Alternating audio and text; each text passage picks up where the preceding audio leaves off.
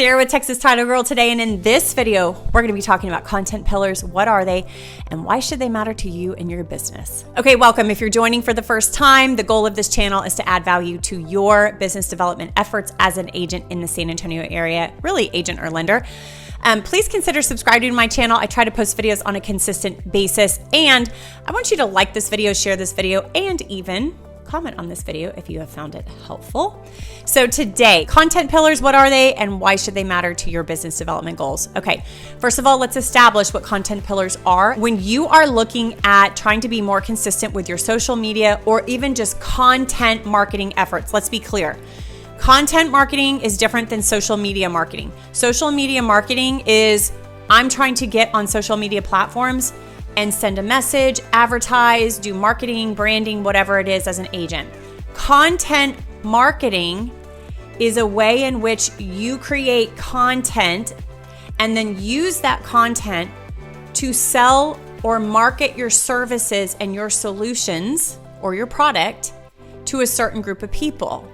And sometimes we just grab content because it's easy and we're like, okay, good enough. It's good enough, right? But it's not good enough if it's not going to resonate in the hearts and minds of the people you're looking to build a connection with so that you can later go on and do business with them. So I spent 16 years as a public school educator. I taught specifically language arts and reading. I love creating content. I was always creating things for my classroom. And so this is my sweet spot. It doesn't matter that I taught middle school. Content is content. And if you understand how to write curriculum or how to write content, then you can really do it for almost any area. So I am happy to help you as an agent. We'll sit down, we'll find out what is important to you, but even more so, what is important to your audience? What's important to your client? And then we'll sit down and we'll talk about what's the content that they need to see or hear or read, and we'll create it for them.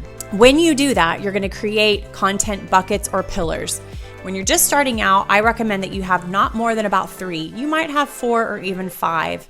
But if you're not comfortable creating content, you're feeling overwhelmed by the whole thing, my first suggestion is that you just stick to 3. And it could be something as simple as I have a column for buyers, I have a column for sellers, and I have a column about my brand. And we'll break each one of those down right now so that you have a better understanding of what that looks like.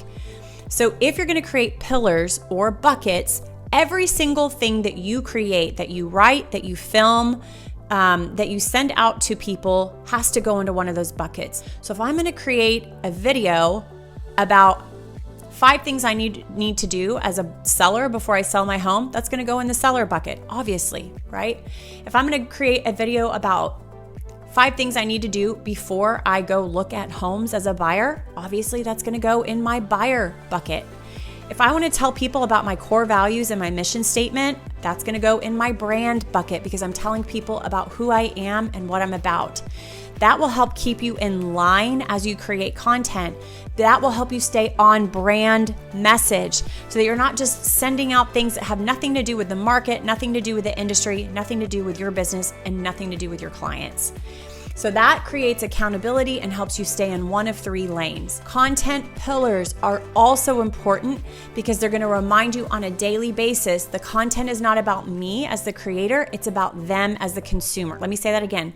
Content is not about me as the creator, it's about them as the consumer. So I need to do some market research as an agent and say, what are my consumers needing?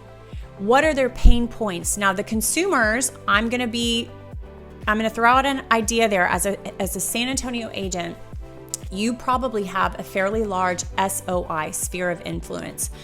Have you audited your sphere of influence? Have you gone to them recently and said, hey, I'm going to send you this survey. Can I have 2 minutes of your time on a call right now? I just need to know how I can add value.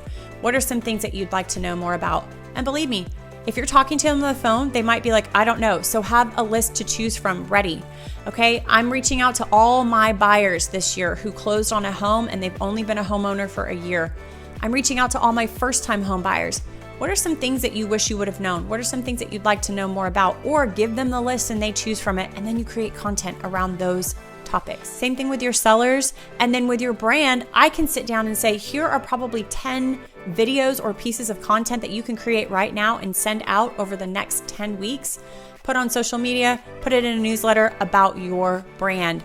But your brand is not a backdoor brag. It is still about how your brand and your services add value to the life of your consumer and your client. So that's where sitting down with somebody like me can really help you keep your thoughts on your consumer and not about what's interesting to you. So content pillars, once again, if I'm not already beating a dead horse, it's about keeping the content about your client or your consumer. Subscribe to my channel if you've never done so before. My goal is to add value to you as an agent or lender in the San Antonio area. You need to reach out to me if you have not already done so. I'm happy to set up a time where we can sit down one-on-one and talk about some of your goals. Maybe you don't need help with content, but maybe you need help with creating a calendar and a cadence for how often you release your content and to whom and where and on what platform. I can help you with all that. So, Sarah with Texas Title Girl, thanks for watching. I'll talk to you soon.